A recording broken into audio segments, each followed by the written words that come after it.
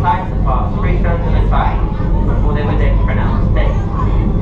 Now one of the last, certainly most famous people to have suffered the grace of Wapping was a very famous pirate, Captain William Kidd.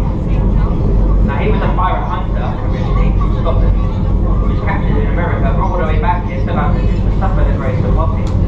They've actually named the pub after this pirate as well. Just over on the left-hand side there, you can see the Captain Kidd. So that's a pretty nice pub there actually, guys. It's pretty cheap in there too. It's around £2, £83 for a pint of the Captain Kidd. Not joking either. Don't joke about the price of beer. Some places do. I didn't know. Now that's owned by a UK brewery called Samuel Smith's from Lancaster, Yorkshire. So they use all their own beers, all their own spirits in there. So for that reason it's pretty cheap. One of the cheapest pubs along the River Thames actually. But before the Captain Kidd, they were on the left. You've got the Metropolitan Police bit there.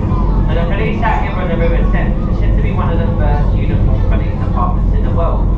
Apparently around 30 years before any form of land police by the famous Bow Street Runners. They were originally employed by the East India Trading Company, a man called John Harriot, by an act of Parliament. And their job was to guard all of the ships and all of their cargo out here on the River Thames. Before that, a lot of the people from the poorer areas on either side would come out of boats and look at the ships. Around a third of the ship's cargo was going missing before the Thames police. But there's another nice pub coming up here on the right, guys. The white one here between the two buildings, the Mayflower. Named after the ship, the Mayflower. You'll see a replica of that ship on top of the pub here at the weather vane. Now the story of the Mayflower goes, it set sail from here in London, made its way around the coast of the UK, picking up the Pilgrim forefathers.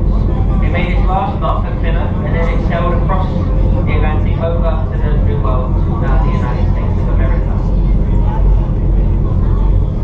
On the left-hand side now though, you've got various wharves and warehouses, okay? You've got Phoenix Wharf, Gun Wharf, New Crane, Metropolitan. All the buildings without a tow park in front of them. Now, I said the word a few times earlier as well, wharf. You're probably wondering what does it mean. But it's actually an acronym, guys. Think about the word WHARF. It stands for warehouse at riverfront. Did anybody know that? No? Probably not. Because we made it up. It's actually an old Anglo-Saxon word for yard. It's just a coincidence. It happens to make them out. Put them on a boat here on the river, take them all the way out to sea, but they'd be woken with a very sore head, I guess. And then they'd be enrolled into the Royal Navy.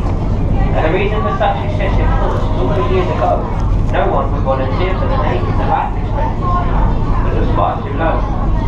So it'd be a maximum of 2 years before you either died in battle, died of scurvy, or maybe even fell off the rigging. Shortly after the Second World War, due to other means of transportation, containerization. Now that revolutionized the way that we transport cargo today.